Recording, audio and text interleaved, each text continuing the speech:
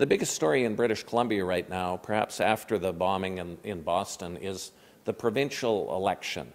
And we're right in the middle of it. We're coming to the end of the first week, and it's really shaping up, it appears, as a two-party race between the BC NDP, which is the official opposition, and the BC Liberals, which have been in government since 2001. The two other parties are trying to get attention, the BC Conservatives and the BC Greens, but those two parties are quite far back in the polls. So what we're seeing in British Columbia now is every day the leaders, Adrian Dix of the NDP and Christy Clark of the BC Liberals, you'll see them on TV with their advertisements, and then they'll be leading the newscasts in many cases, and each are trying to roll out policies.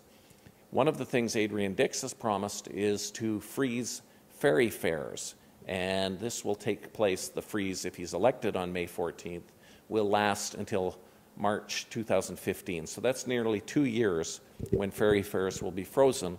And then what he said he's going to do is have a comprehensive audit. So the accountants will look over the books. BC Ferries is in serious financial trouble, and it's been like this for quite a while.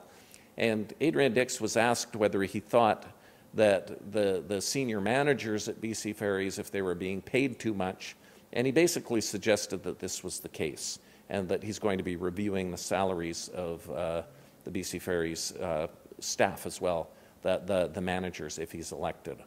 Another thing that Adrian Dix has been talking about a lot is job training and making promises about how he's going to increase the amount of job training in British Columbia.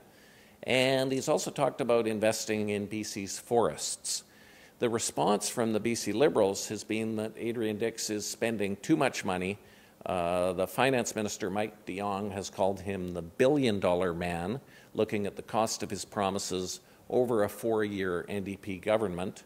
The provincial government actually spends $44 billion a year. So if you put it in perspective, $1 billion out of $44 billion, well, it's slightly more than 2% increase in spending. But that's over a 4-year period. And so then you've got the BC Liberals trying to play up Christy Clark as the candidate who's going to protect the economy. That's being challenged by the NDP.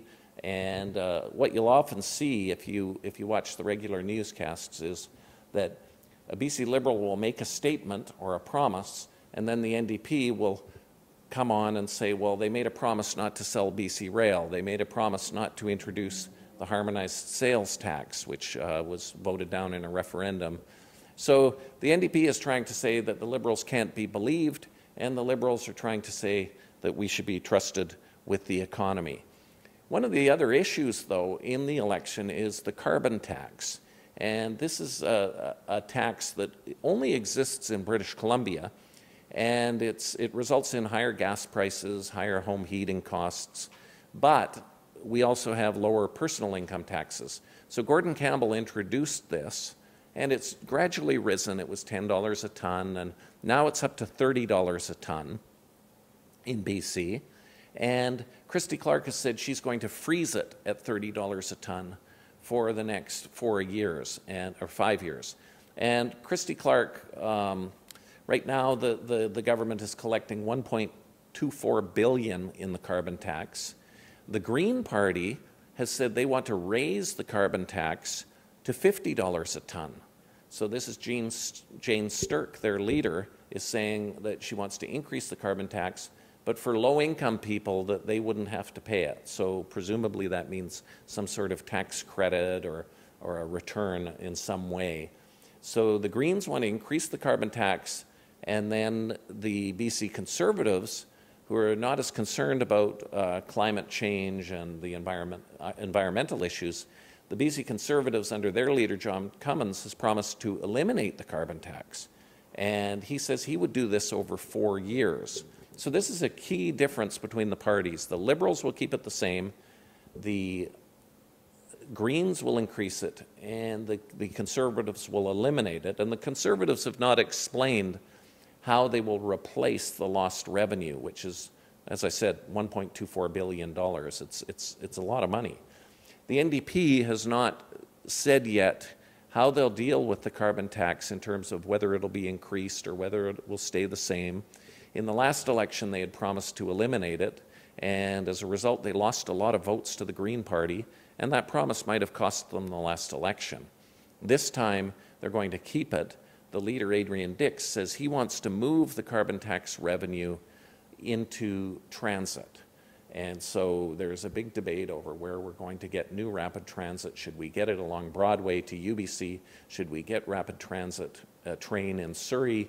Because Surrey only has 4 SkyTrain stations. So Adrian Dix says we can help fund the transit with some of the carbon tax revenue. Not all of it, just some of it, because people are paying across the province, and he doesn't want to leave the impression that people in Prince George will be paying for a subway in Vancouver. There's one other issue about this election that is quite interesting, and one of our reporters, Carlito Pablo, wrote about it in the Georgia Strait, and that's whether we might actually see a minority government in BC. At the moment, it looks like the NDP is going to win. They've got a big lead in the polls, but sometimes things can change quite dramatically over an election campaign. And so there are several independent candidates running. They're running all over the province, but some have a very good chance of winning. One is Vicky Huntington in Delta South, and she won the last time, the first independent elected in decades in British Columbia. Another is Bob Simpson in Caribou North, who used to be with the NDP. Another is John Van Dongen in Abbotsford South, who used to be with the BC Liberals. So there are, and John Slater is another independent in the legislature who used to be with the BC Liberals in Boundary Similkameen.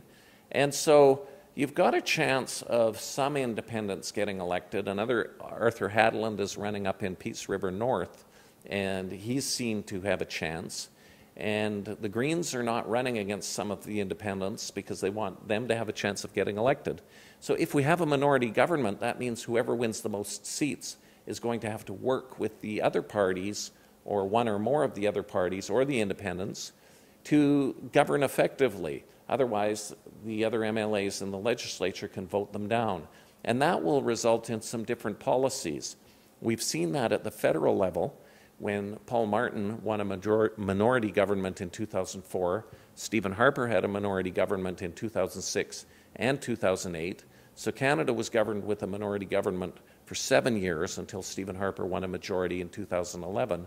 So this is a very intriguing prospect for people who are keenly interested in politics. And for WOW TV and the Georgia Strait, I'm Charlie Smith, and thanks for watching.